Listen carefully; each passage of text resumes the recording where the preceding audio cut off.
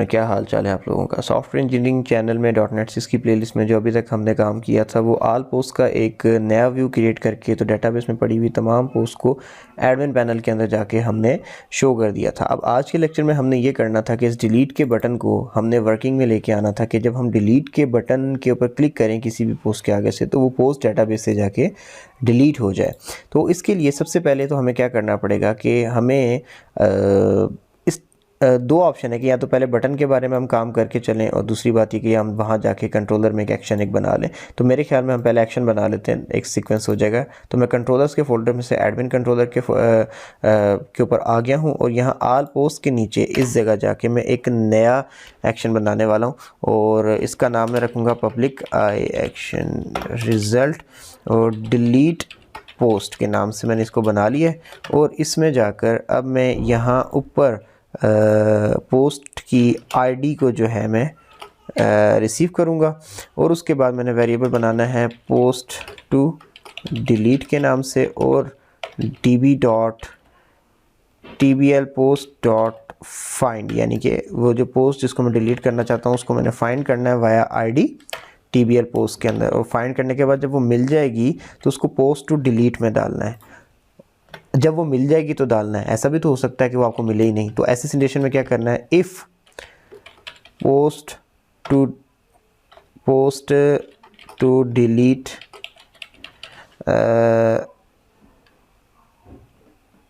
Equals to null, ठीक है।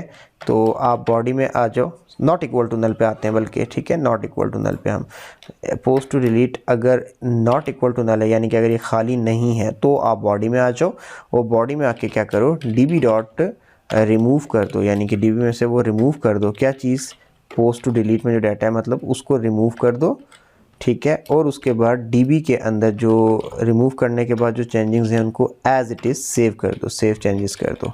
ये काम जब आप कर चुको तो इफ से बाहर आके रिटर्न कर देना, आप रीडायरेक्ट हो जाना, रीडायरेक्ट टू एक्शन। अब ये रीडायरेक्ट टू एक्शन में क्यों यूज़ कर रहा हूँ, नॉर्मली हम रिटर्न टू व्यू कर देते हैं। हम आल पोस्ट के व्यू पे जब रिटर्न करते हैं तो क्या होता है कि हम आल पोस्ट का जो व्यू हमने बनाया होता है उस पर चले जाते हैं, जैसे कि हमने यहाँ से किया, आल पोस्ट के व्यू पे गए, 7 डाटा लेके गए। नॉर्मली जब बगैर डाटा के जाना होता है तो हम रिटर्न व्यू कर देते हैं। तो जिस एक्शन के थ्रू कॉल किया जाता है, मिसाल के तौर पे ऐड पोस्ट के एक्शन के थ्रू कॉल किया गया तो उसका व्यू ऑटोमेटिकली रिटर्न हो जाता है। लेकिन अब यहाँ पर डिलीट पोस्ट का कोई व्यू नहीं है और ना ही हमने बनाना है, तो हम क्या करेंगे, रीडायरेक्ट टू एक्शन, यानी कि हम किसी और एक्शन के ऊपर उसके ऊपर भेज देंगे तो उस एक्शन के व्यू के ऊपर चला जाएगा। तो मैं किस एक्शन पे इसको भेजूंगा, आल पोस्ट के ऊपर। तो मैंने इसको कॉपी किया और यहाँ डबल कोटेशन में लिख दिया आल पोस्ट और कॉमा लगा के डबल कोटेशन में यहाँ पे मैं उस कंट्रोलर का नाम लिख दूंगा जिसका ये एक्शन है। तो अब क्या होगा कि एडमिन कंट्रोलर के आल पोस्ट के एक्शन पे चला जाएगा ये पोस्ट को डिलीट करने के बाद। तो ये काम तो मैंने कर लिया, लेकिन ये तो मैंने एक्शन बनाया है ना कि डिलीट पोस्ट का एक्शन है, ये काम कर रहा है। तो मैं क्या करता हूँ, मैं इस नाम को कॉपी कर लेता हूँ। अब उस डिलीट के बटन के प्रेस होने पे मुझे अपने प्रोजेक्ट को, अपनी साइट को इस एक्शन पे थ्रो करना है, ताकि जब उस डिलीट के बटन पे हम क्लिक करें तो ये वाला एक्शन जो है रन हो, और जब ये रन हो तो फिर ये सारा का सारा काम हो जो कि हमने इसमें लिखा हुआ है। तो इसके लिए क्या करना पड़ेगा, मैं यहाँ पर आऊँगा और एंकर टैग्स का, हेल्पर टैग्स का इस्तेमाल करूंगा, ASP action is equal to, और यहाँ पर मैं उस एक्शन का नाम लिखता हूँ जिसके ऊपर मैंने जाना है। फिर ASP कंट्रोलर किस कंट्रोलर के अंदर है आप लोगों को पता है, वो एडमिन कंट्रोलर के अंदर है। तो एडमिन कंट्रोलर का नाम लिख दिया और अब इसके बाद मुझे ASP राउट ID करके, तो यहाँ पर मुझे अब क्या देना है, सॉरी राउट ID करके मुझे इज इक्वल टू करके यहाँ पे एट आइटम डॉट ID, यहाँ से मैंने ID पास करनी है। तो अब क्या होगा कि जैसे ही मैं डिलीट के बटन पे क्लिक करूँगा तो मैं इस ID को साथ लेकर एडमिन कंट्रोलर के डिलीट पोस्ट वाले एक्शन पे चला जाऊँगा और एडमिन कंट्रोलर के डिलीट पोस्ट वाले एक्शन में जो ID मैं साथ लेके आया हूँ वो ID इसमें पास हो जाएगी और वहाँ से मैं इसको दे दूँगा और ये फाइंड का फंक्शन TBL पोस्ट के अंदर से इस ID की बेस के ऊपर डाटा को फाइंड करेगा और फाइंड करके इस वेरिएबल में रखेगा। उसके बाद हम अपनी तसल्ली के लिए चेक करेंगे कि कहीं ऐसा तो नहीं कि पोस्ट टू डिलीट के वेरिएबल जो है वो एम्प्टी है। अगर वो एम्प्टी नहीं है तो हम क्या करेंगे कि उस पोस्ट को यानी कि पोस्ट टू डिलीट के वेरिएबल में जितना भी डाटा है वो एक्चुअली एक पोस्ट ही है पूरी की पूरी, उसको हम रिमूव करेंगे डेटाबेस से, उस चेंजेस को सेव कर देंगे और दोबारा से हम रीडायरेक्ट टू एक्शन करके ऑल पोस्ट के ऊपर चले जाएंगे। तो अब मैं इसको रन करता हूँ और देखते हैं कि जो हमने काम किया है ये सही से चलता है या फिर इसमें कोई एरर आ जाता है। अगर एरर आ गया तो हम उसको ठीक करेंगे और अगर सही से चला तो हम इस लेक्चर को यहीं पे स्टॉप करेंगे।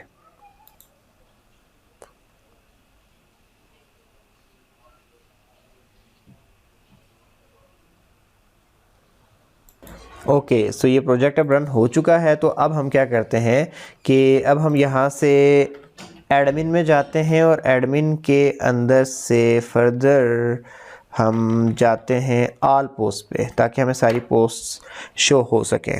तो हम देखते हैं कि सही से चल रहा है, एग्जैक्टली सही से चल रहा है। और अब हम डिलीट के बटन पे जस्ट अभी क्लिक नहीं करते, जस्ट हॉवर करके देखते हैं कि क्या आता है। जब मैं डिलीट के बटन पे जा रहा हूँ तो आप लेफ्ट कॉर्नर में यहाँ पर इस जगह पर देखिएगा, हमें पूरा का पूरा वो पाथ नज़र आएगा उस एक्शन का जिसके ऊपर हमने डिलीट के बटन पे क्लिक होने के बाद जाना है।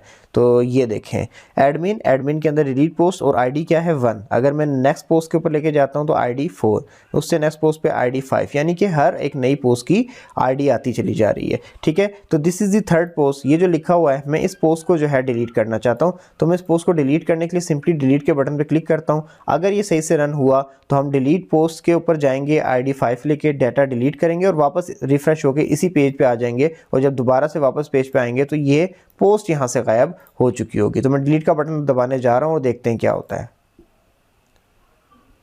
ओके, देखिए जब मैं डिलीट का बटन दबाया तो हम रिफ्रेश होकर इसी पोस्ट पेज पे आ गए और हमारी जो पोस्ट थी वो यहाँ से डिलीट हो गई। तो कितनी आसानी से, कितने इजी वे के अंदर जो है हमारी यहाँ से हमने पोस्ट को डिलीट करवा लिया। बड़ा सिंपल और स्ट्रेट फॉरवर्ड सा मेथड है। अगर आप दोबारा से जाकर अगर आप मैन पैनल पे देखेंगे तो दिस इज़ थर्ड पोस्ट के नाम से जो हमारे होम पैनल पे जो पोस्ट लगी हुई थी वो वहाँ से भी गायब हो चुकी होगी। My first post, my second post और उसके बाद new post from admin panel. Second post के बाद जो थर्ड पोस्ट थी वो डिलीट हो चुकी है। यहाँ पर भी हमारे पास कितनी 3 पोस्ट हैं, वहाँ पर जाकर देखते हैं वहाँ पर कितनी आ रही हैं हमारे पास।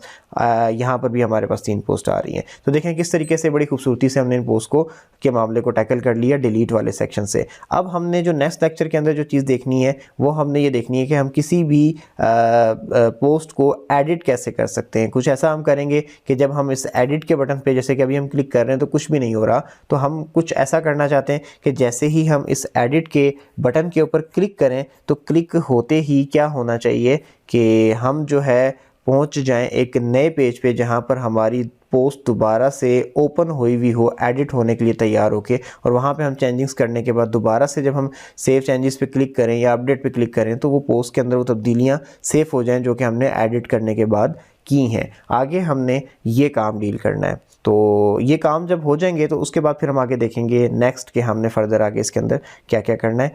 अभी तो अब बहुत सारा काम रहता है। अभी जैसे हम एडमिन पैनल को डायरेक्ट खोल लेते हैं लिंक के थ्रू, ऐसा नहीं होना चाहिए। जब हम एडमिन पैनल को खोलें तो वो यूज़र नेम पासवर्ड मांगे, लॉगिन करें, लॉगिन करने के बाद हम यहाँ पे आने चाहिए। तो बहुत सारी चीज़ें हैं जो रहती हैं। अभी हम जस्ट बेसिक फंक्शनैलिटीज़ के ऊपर काम कर रहे हैं। हमने देखें बेसिक फंक्शनैलिटीज़ को बड़े खूबसूरती से पूरा कर लिया है। हम कोई भी नई पोस्ट जाकर अब चाहें तो ऐड कर सकते हैं। जाकर हमें आता है कि किस तरीके से ऐड करना है। हमने सिंपली ऐड पोस्ट के ऊपर जाना है। यहाँ से जाकर हम कोई भी नई पोस्ट लगा सकते हैं। नई पोस्ट लगाने के बाद जब हम ऑल पोस्ट पे जाएं तो वहाँ पे पोस्ट शो भी हो जाती है। होम पेज के ऊपर भी वो पोस्ट शो हो जाती है। फिर उसके बाद पोस्ट को डिलीट करना चाहें तो डिलीट भी हो जाती है। अब ऐसे करते करते हम अपडेट की फंक्शनैलिटी को भी कवर कर लेंगे। जब अपडेट की फंक्शनैलिटी कवर हो जाएगी तो फिर उसके बाद नेक्स्ट आगे हमने क्या करना है मैं आपको बताऊँगा। बट ये मत सोचिएगा कि जब अपडेट कंप्लीट हो गया तो हमारा काम ख़त्म हो गया। अभी हमारे बहुत सारे काम रहते हैं।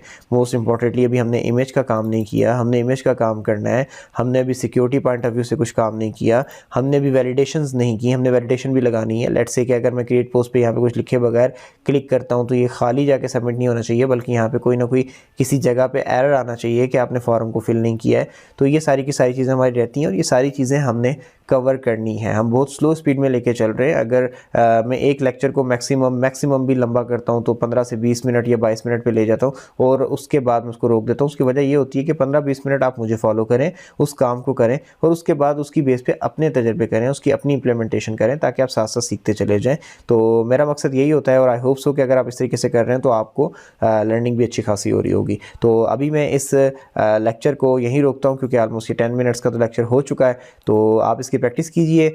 दोबारा मिलते हैं नेक्स्ट लेक्चर में, जिसके अंदर हम ये सीखेंगे कि किसी भी डाटा को एडिट कैसे किया जा सकता है, किसी भी पोस्ट को एडिट कैसे किया जा सकता है। वीडियो अच्छी लगी हो तो प्लीज़ लाइक कर दें, चैनल इन्फॉर्मेटिव लगता है तो प्लीज़ सब्सक्राइब करें और सपोर्ट शो करें ताकि हमें मोटिवेशन मिले और वीडियोस बनाने के लिए। तो अभी मैं इस लेक्चर को एंड करता हूँ, दोबारा मिलेंगे नेक्स्ट लेक्चर में, तब तक के लिए अल्लाह हाफिज़।